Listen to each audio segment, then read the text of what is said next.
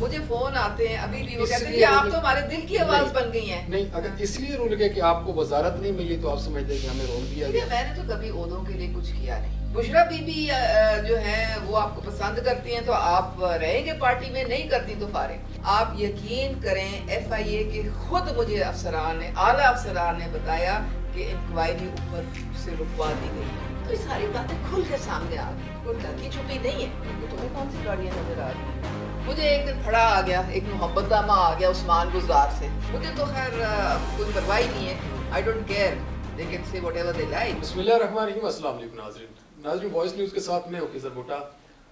سیاست پنجاب وفاق یا جس بھی صوبے میں ہم دیکھتے ہیں اس ٹائم اس کا جو ایک رخ ہے وہ بہت تبدیل نظر آ رہا ہے. پنجاب میں دیکھیں تو عدم اعتماد کی باتیں ہو رہی ہیں، وفاق میں دیکھیں تو الیکشن دوبارہ کرانے کی اور اس کی باتیں ہو رہی ہیں. عمران خان صاحب لانگ مارچ کا بھی اعلان کر چکے ہیں، اور اس کے علاوہ جو ہے اداروں کو بھی نوٹیفائڈ کیا جاتا ہے، اداروں کو بھی پوائنٹ آف ویو کیا جاتا ہے.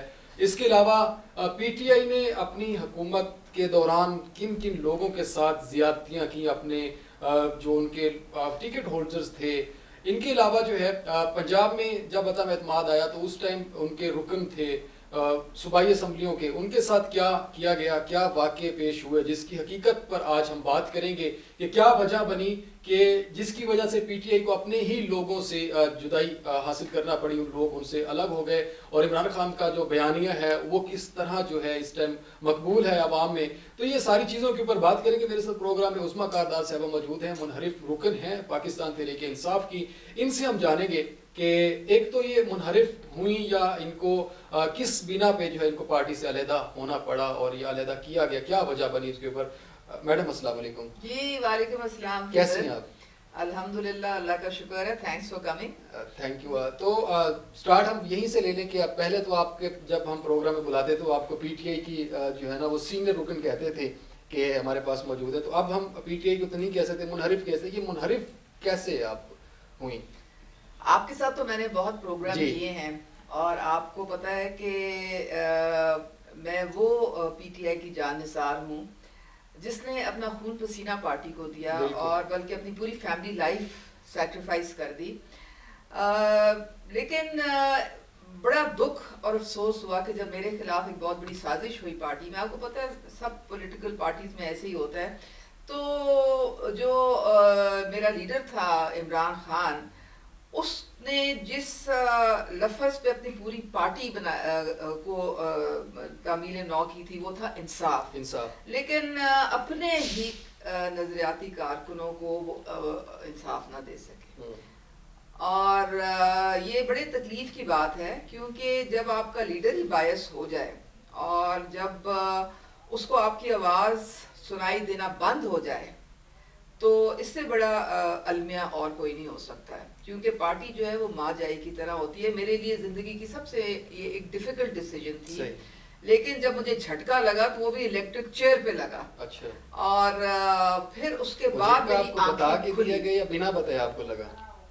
بنا بتائے. اچھا. کیونکہ یہ جب سازش ہوئی تھی تو اس وقت اگلے ہی دن انہوں نے مجھے میڈیا اسٹریٹجی کمیٹی سے نکال دیا تھا. حالانکہ میں نے 12 سال پارٹی کو، اس کی لیڈرشپ کو ڈیفینڈ کیا بیٹھ کے نیشنل نیٹ ورک پہ. صحیح ہے. اور بڑے دھڑلے سے کیا اور بڑے جذبے کے ساتھ کیا. لیکن بہتر طریقے سے افسوس تھا کہ 5 منٹ میں وہ ساری چیزوں پہ پانی پھر گیا، اور انہوں نے خان صاحب نے مڑ کے دیکھنا بھی گوارا نہیں کیا کہ بھئی یہ ایک میری کارکن ہے، میں اس کو بلا کے پوچھ ہی لوں کہ کیا ہوا. ان کے ساتھ چلنے کو جی آپ اہل نہیں ہیں، ان کے ساتھ چلنے کو آپ تو نااہل ہوں گے، جس وجہ سے انہوں نے دیکھنا ہی گوارا نہیں کیا. آپ کی کارکردگی صحیح نہیں ہوگی. نہیں، یہ تو دیکھیں، یہ تو 2020 کی میں آپ کو بات بتا رہی ہوں. جو میرے ساتھ سازش ہوئی تھی وہ جو آڈیو لیکس تھے ہوئی تھی بشرا بی بی کے حوالے سے، اس میں ایک چھوٹی سی کوئی اس کی بات تھی. کیونکہ وہ دیکھیں وہ میری تو اتنی آواز اتنی تھی نہیں، وہ 30 to 40% میری ہوگی. باقی تو سارا ڈاکٹر تھا، انجینئر تھا، ڈب کیا ہوا تھا. آپ کو پتہ ہے آج کل کے زمانے میں کیا کچھ نہیں ہوتا ہے. آپ کے ساتھ ہی کیوں ایسا ڈب کیوں کیا ہوا تھا؟ آپ اس ٹائم کوئی مین عہدے پہ تو تھی، منسٹری پہ تھی. بڑا اچھا آپ نے سوال کیا. نہیں، بڑا آپ نے اچھا سوال کیا. میں عہدہ تو میرے پاس تب بھی تھا، میں چیئر پرسن تھی standing committee on gender mainstreaming کی،